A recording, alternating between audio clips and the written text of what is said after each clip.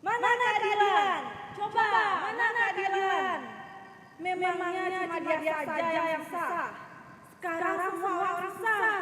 Semua orang susah. Semua orang timbas. Semua orang lapar. Nanti kalau ngayah di Banjar, biar orang-orang itu saja. Aku tidak sudi. Pemimpin harusnya adil. Kaya atau miskin sama-sama punya hak. Sama-sama lapar.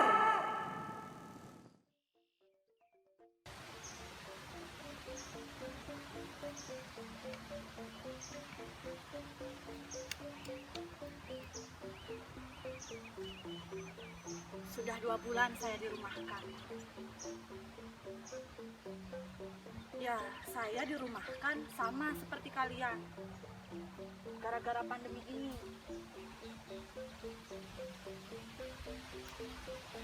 Saya adalah seorang pegawai di sebuah hotel.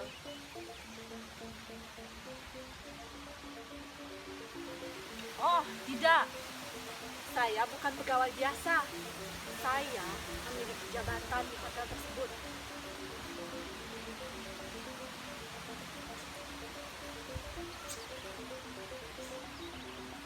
Na na na na na na na na na na na na na na. Pak, Pak, Pak.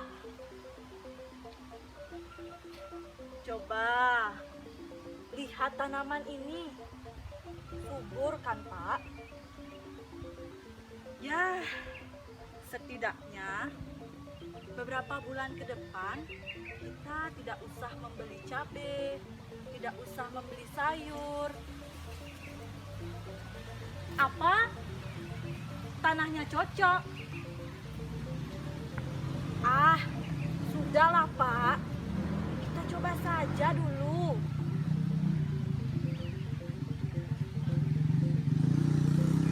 Tiba-tiba, gawai suami saya berbunyi dan raut wajah suami saya berubah menjadi gawat. Bu! Bu! Lihat ini, Bu! Bu, lihat! Ini ada pesan, Bu. Pesan apa, Pak? Ini loh, Bu. Ini ada pesan dari Bu Komang. Bu Komang yang anaknya sekelas dengan anak kita, Bu. Dengar ya, Bu. Di rumah aja, tempe pedas manis, rasa bersaing dengan restoran. Dijamin bikin ketagihan. Silahkan order WA bla bla bla. Aduh, Pak. Gitu saja kok Bapak gawat. Itu kan cuma pesan biasa. Tunggu, Bu. Ini belum selesai. Ini masih ada pesannya. Dalam rangka mendukung program social distancing, kami membuka pusat sembako murah. Beras, minyak, telur, susu, bla bla bla. Silahkan order WA bla bla bla. Menu rumahan, menu fast food, semuanya ada. Hubungi bla bla bla. Silahkan Anda di rumah saja, biar kami yang mengerjakan lauk pauk untuk keluarga Anda. 30 menit pesanan siap.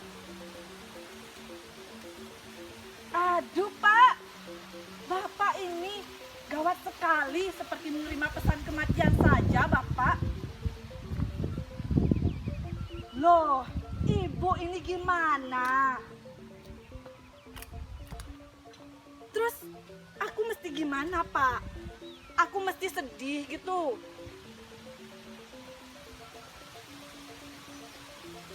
Ini loh, Bu. Orang-orang semua jadi konyol. Semua jadi pedagang. Dagang sembako, dagang anu, dagang ini. Ya, namanya juga usaha untuk bertahan, Pak. Kan semua juga sedang kesulitan.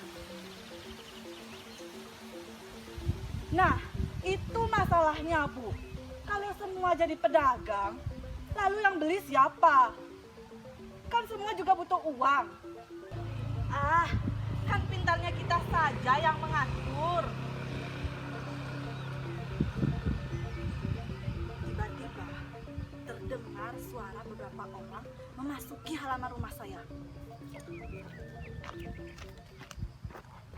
Bu Putu, Bu Putu. Bu Putu sudah siap. Oh, bapak-bapak. Ada apa nih bapak-bapak? Mau kemana, Pak? Kami mau ke kantor desa, Bu Putu. Bu Putu harus ikut dengan kami.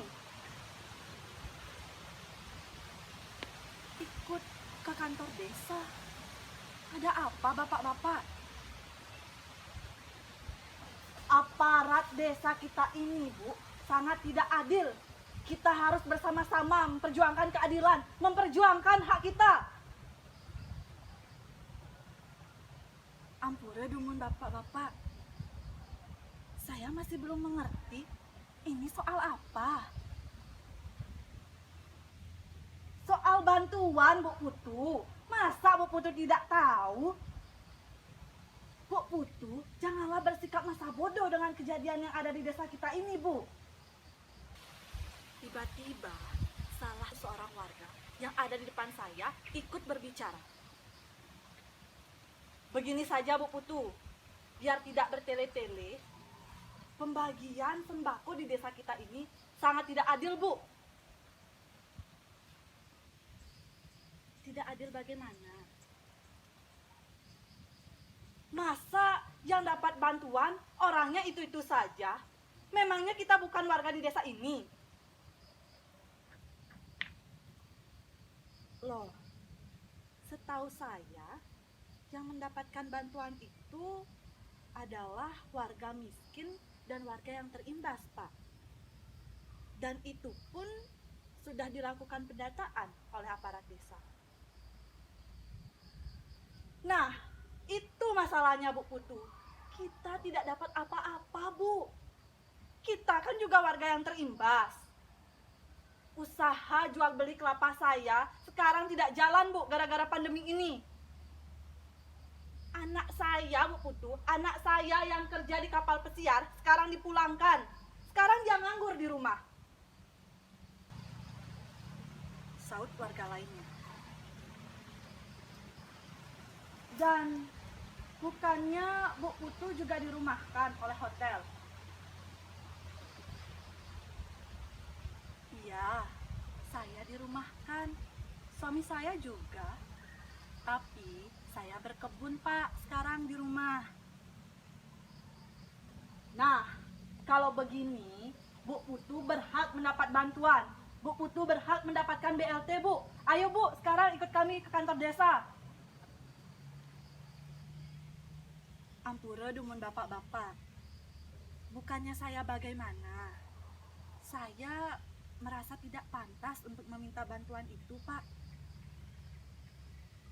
Kebetulan saya masih ada tabungan dan sekarang saya berkebun di rumah. Saya pikir masih banyak yang nasibnya lebih buruk daripada kita, Pak. Masih banyak warga yang jauh di bawah kita, Pak. Jadi biarkan saja mereka yang mendapatkan haknya. Beh, Bu Putu ini bagaimana? Ini kan sumbangan dari pemerintah. Ini dari negara, Bu. Ini uang kita juga.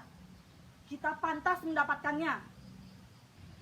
Ketika kami sedang berbicara, tiba-tiba Pak Klian lewat di depan rumah kami. Dan salah seorang warga memanggil Pak Klian.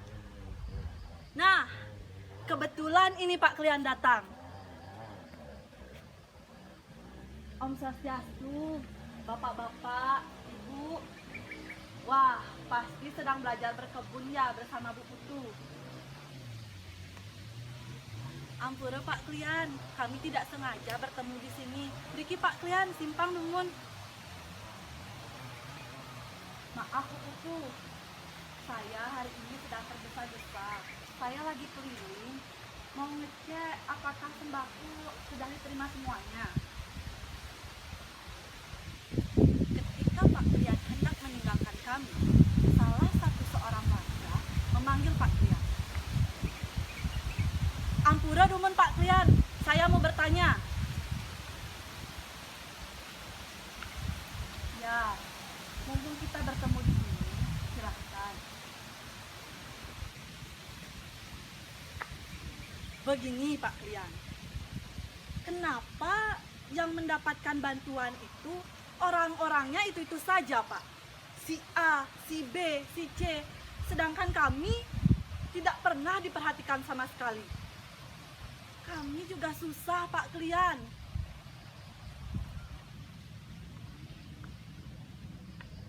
Maksud Bapak-bapak bantuan dalam rangka pandemi ini? Beh, Pak Klian mendadak linglung. Bicara hak, kami juga warga di sini, Pak. Bicara kewajiban, kami juga sudah melaksanakan kewajiban yang sama dengan orang-orang yang mendapatkan bantuan itu. Kami hanya ingin mendapatkan keadilan, Pak Klian. Tegasnya, kami hanya ingin mendapatkan bantuan yang sama di desa ini.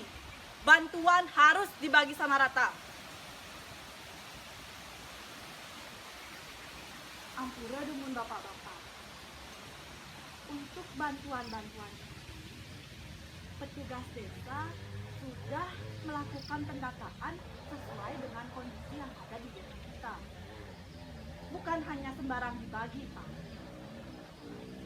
Yang diutamakan adalah warga yang benar-benar tidak berdaya menghadapi situasi seperti ini, Pak. Setahu saya, yang mendapatkan bantuan bukan hanya yang miskin saja, Pak. Warga pekerja yang terimbas juga mendapat. Benar, Pak. Misalnya, buruh-buruh, tukang ojek, karyawan-karyawan yang terkena PHK. Nah, itulah Pak Klian. Anak saya yang kerja di kapal pesiar sekarang dipulangkan gara-gara pandemi ini, Pak. Usaha jual beli hasil bumi saya mandek, Pak. Saya tidak dapat apa-apa. Toko bangunan saya, Pak, sekarang macet. Tidak ada yang belanja. Teriakan-teriakan mereka semakin mengeras, seolah-olah hendak memecah kepala Pak Klian. Cicilan motor saya macet, Pak. Anak saya batal nikah. Rumah saya mangkrak, Pak. Tidak jadi dibangun, Pak. Suami saya stres, Pak. Mereka meninggalkan Pak Klian. Dan Pak Klian tertunduk di tanah sambil menutup telinga dan berteriak, "Tolong! Lepaskan saya dari keserakahan ini.